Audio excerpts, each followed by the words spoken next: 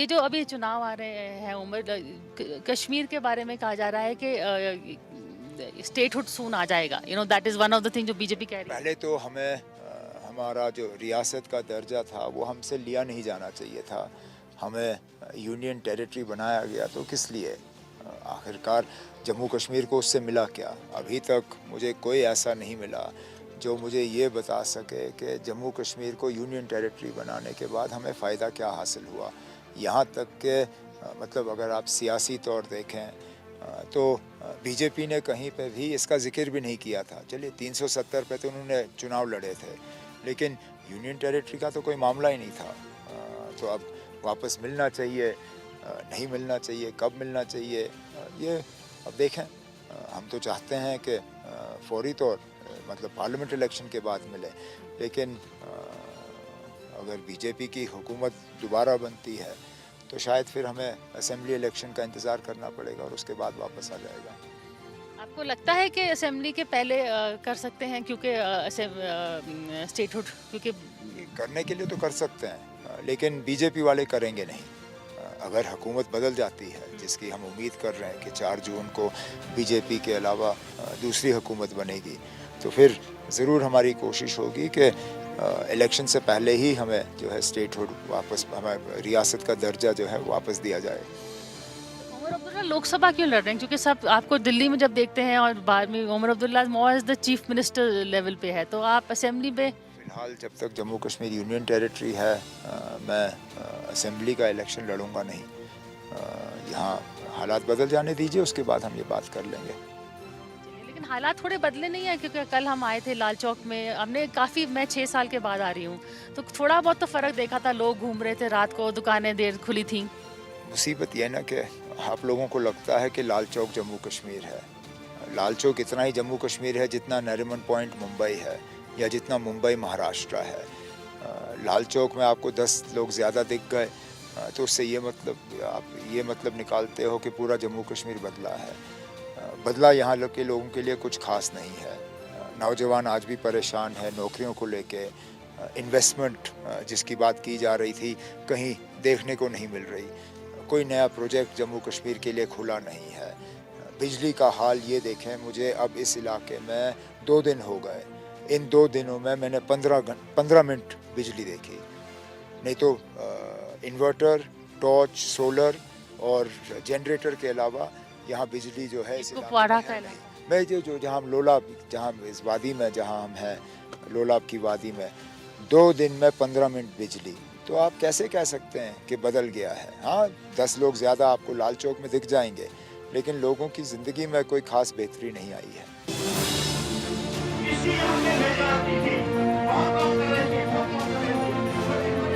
हमारे साथ हैं उमर अब्दुल्ला के दोनों बेटे जो उनके साथ कैंपेन में उनकी मदद कर रहे हैं, जामिर और ज़ाहिर।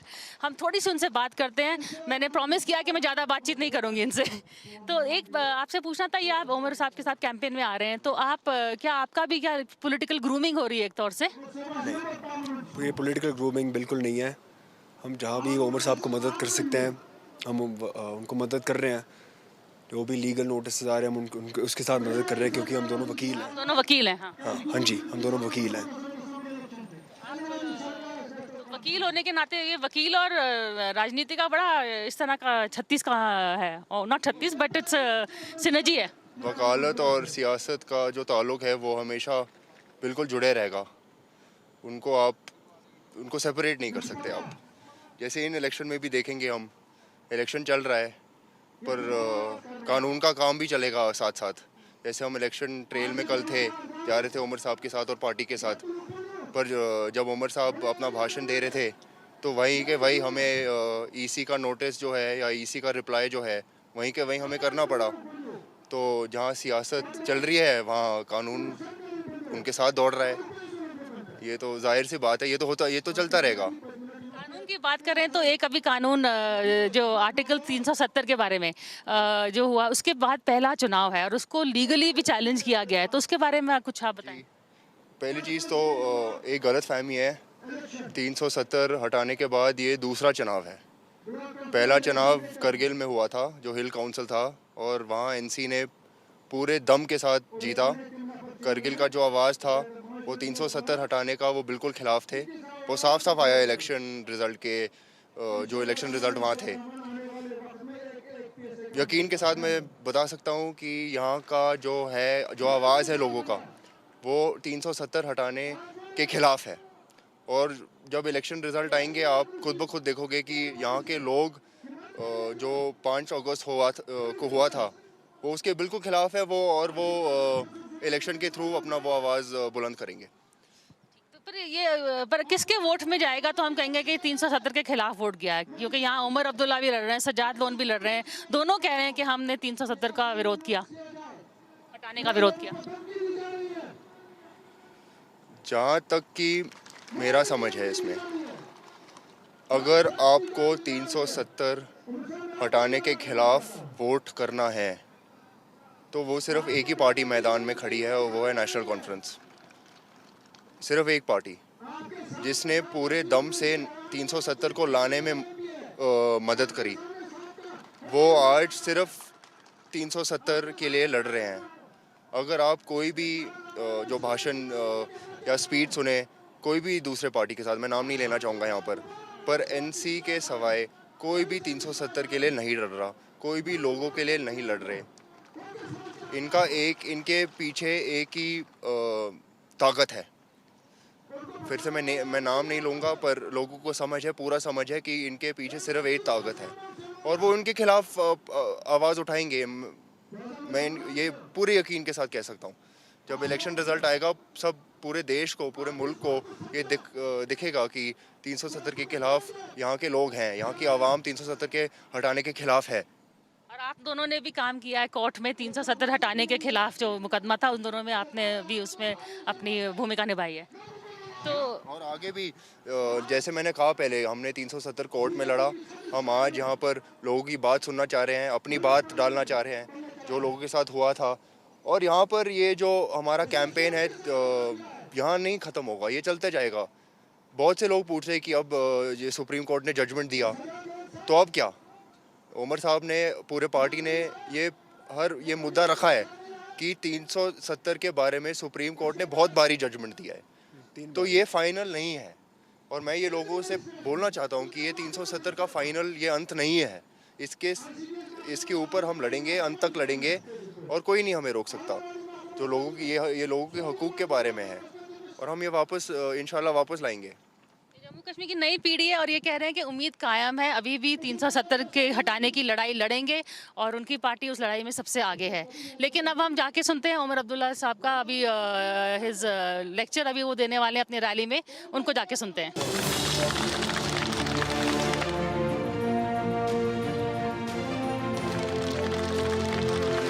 इन दूर दराज इलाकों के साथ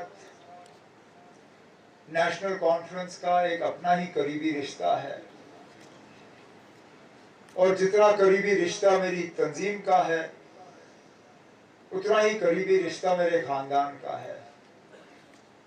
बाबाए कौम से लेके मेरे वालिद साहब और मेरे, जब कभी भी आप लोगों की दुआओं की वजह से हमें इस रियासत का इख्तिदार संभालने का मौका मिला है, तो हमारी मुकम्मल कोशिश रही है कि ये दूर दराज इलाके जो हैं ये पीछे ना रह जाएं, तरक्की में इनको अपना बराबर का हिस्सा मिले। आज मेरे खानदान की जो है चौथी पीढ़ी आज यहाँ मस्जिद की सरजमीन पे जो है, इन्हें भी कदम रखने का आज मौका हासिल हुआ है।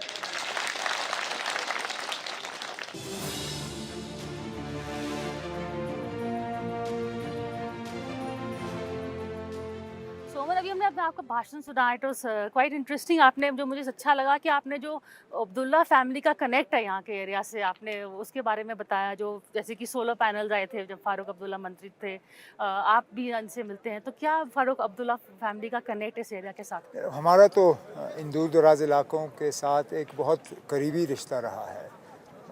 मेरे दादा वो इन इलाकों में बहुत ज़्यादा घूमा करते थे, और उनकी मुकम्मल कोशिश रही थी कि इन इलाकों को हम गरीबी से, गुर्बत से जो है बाहर निकालें। 1950 में जो यहाँ लोगों को ज़मीन देने का जो प्रोग्राम था, उससे इन इलाकों को बहुत फ़ायदा मिला। लेकिन उसके बाद भी कोशिश ये की गई कि हुकूमत की जो स्कीमें हैं उनसे इन लोगों को फ़ायदा मिले। और आप अब जैसे कि अब यहाँ भाषण दे रहे थे, लेकिन दिल्ली में एक और भाषण चल रहा है। अमित शाह ने आज बोला है कि जो अगर बीजेपी आएगी तो फिर मुस्लिम कम्युनिटी का कोटा में हम बंद करके ओबीसी और मतलब जमात पे नहीं देंगे, लेकिन ओबीसी SC STs को देंगे। मुसलमानों को निशाना बनाना ये बीजेपी की पुरानी आदत है और ये हम पहली बार नहीं देख रहे हैं, ये तो चलता रहता है। अरे ये हमने बहुत सुना है, कश्मीर, जमहूरियत और इंसानियत। आपको इन वर्ड्स के क्या मायने ये हैं? तो वाजपेयी साहब ने हमें जब दिए आप थे। हाँ, और है मतलब आपके लिए कश्मीरियत है, कश्मीरियत जमहूरियत तो अभी है नहीं, जमहूरियत का थोड़ा सा हिस्सा है। बाकी अगर असेंबली के इंतखाबात होते हैं तो जमहूरियत होगी। इंसानियत तो हम सब चाहते हैं कि इंसानियत हो। कश्मीरियत तो हमारा एक पुराना कल्चर रहा है। आपने ये भी कहा है कि अगर चुनाव के रिजल्ट आएंगे तो फिर लगता है कि BJP will be voted out. अब उम्मीद तो होती है, हम उसीलिए तो इलेक्शन लड़ रहे हैं, चाहे वो इंडिया ब्लॉक हो चाहे हम हो। उम्मीद तो हमारी वही है, बाकी वोटर क्या फैसला करते हैं वो हम वोटर के लिए देखते हैं। But how do you feel the way the election is going, तो जो नैरेटिव जा रहा है आप कैसे देख रहे हैं उसको? एक तरफ से बीजेपी इज टॉकिंग अबाउट, एक मंडलवाद करे का मंडल, दोनों ही जो मतलब नफरत वाली बात है, उससे तो लग रहा है कि मतलब फिलहाल शायद थोड़ा सा बीजेपी की हालत पतली लग रही है। बट अगेन मैं बार बार कहता हूँ, ये हमारे तरफ से कोई विशफुल थिंकिंग तो नहीं है, वो 4 जून को पता चलेगा। So what do you feel, Omar? Does development win elections? Does emotion? Because at the end of the day, it is emotions. Look, the absence of development is a drawback, but very often the presence of development is not a positive that you can fight elections on.